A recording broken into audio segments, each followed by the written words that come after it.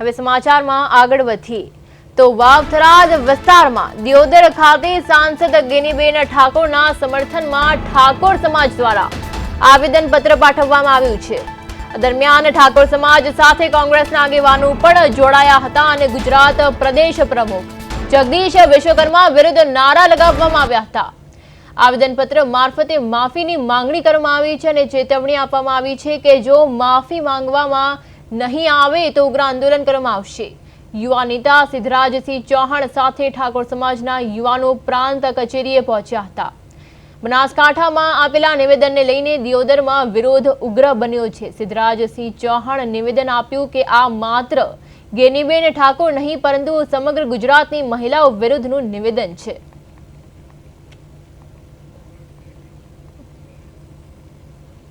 ગુજરાત ભાજપના પ્રદેશ પ્રમુખ જગદીશભાઈ વિશ્વકર્મા એ બનાસકાંઠાની ધરતી ઉપર આવીને એવું બોલ્યા કે અમે ગેનીબેનના સાડીના પલ્લુમાંથી સીટો ખેંચી લીધી।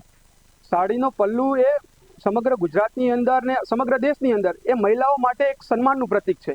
એ સાડીનું પલ્લુ જ્યારે માથા ઉપર હોય ત્યારે સંસ્કાર બતાવતું હોય છે અને એ જ સાડીનું પલ્લુ જ્યારે હાથમાં રાખીને કોઈ મા કે બેન એ જ્યારે નાના ભાઈને કે પરિવારના કોઈ સભ્યના માથા ઉપર હાથ રાખે ને સાડીનું પલ્લુ લઈને ત્યારે આશીર્વાદ રૂપી બનતું હોય છે।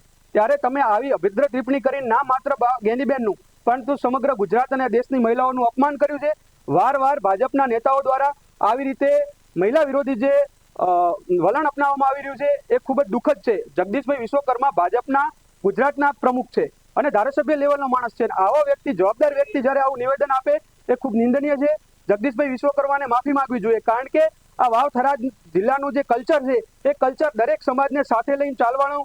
ગુજરાતમાં ભારતીય જનતા પાર્ટીનો પ્રેસિડેન્ટ જગદીશ વિશ્વકર્મા એ ગુજરાતનો દુશાસન છે।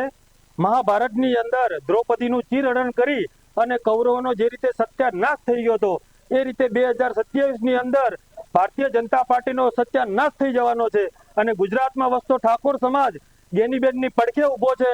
ઉત્તર ગુજરાતનો, દક્ષિણ ગુજરાતનો કોળી સમાજ પણ ગેનીબેનની પડખે ઊભો છે અને આવનારા સમયની અંદર ગેનીબેનની એક હાકલ ઉપર ભારતીય જનતા પાર્ટીના સોથા નીકળી જવાના છે અને જગદીશ વિશ્વકર્મા કે ગુજરાતનો કોઈ પણ રાજકીય પાર્ટી સાથે સંકળાયેલો હોય અને કોઈ પણ રાજકીય પાર્ટીની બેન દીકરી ઉપર ટીકા ટિપ્પણ કરશે તો એને વોકા પડીને માફી માંગવી પડશે। જનતા પાર્ટીના પ્રેસિડેન્ટ જગદીશ વિશ્વકર્મા દ્વારા ગેનીબેન ઠાકોર શાસન સમિતિની બનાસકાંઠાની અપવાદની ટિપ્પણી કરવામાં આવી છે અને પાલોમાંથી અમુક સીટો અમે લઈ લીધી છે। એ બાબતની અંદર કહેવા માંગુ છું કે વિશ્વકર્માજી અમારી ગેનીબેન ઠાકોરની અને સમગ્ર ઠાકોર સમાજની માફી માંગે, નહીંતર અમે 10 દિવસની અંદર એલિમેન્ટ આપીએ છીએ। રસ્તા રોકો આંદોલન, જેલ ભરો આંદોલન કરશું। એટલે કહેવા માંગુ ભારતીય જનતા પાર્ટીના ઠાકોર સમાજમાં બંને બેઠેલા આગેવાનોને કહેવા માંગુ છું કે તમે જગદીશ વિશ્વકર્માજીની માફી મંગાવો, નહીંતર અમે ઉગ્ર આંદોલન કરીશું અને ભવિષ્યની અંદર પણ ભારતીય જનતા પાર્ટીને મોટું નુકસાન થશે। 2027ની અંદર પણ પરિણામ ભોગવા પણ ભારતીય જનતા પાર્ટી તૈયાર રહે। જો માફી નહીં માંગે તો ઉગ્ર આંદોલન કરવામાં આવશે।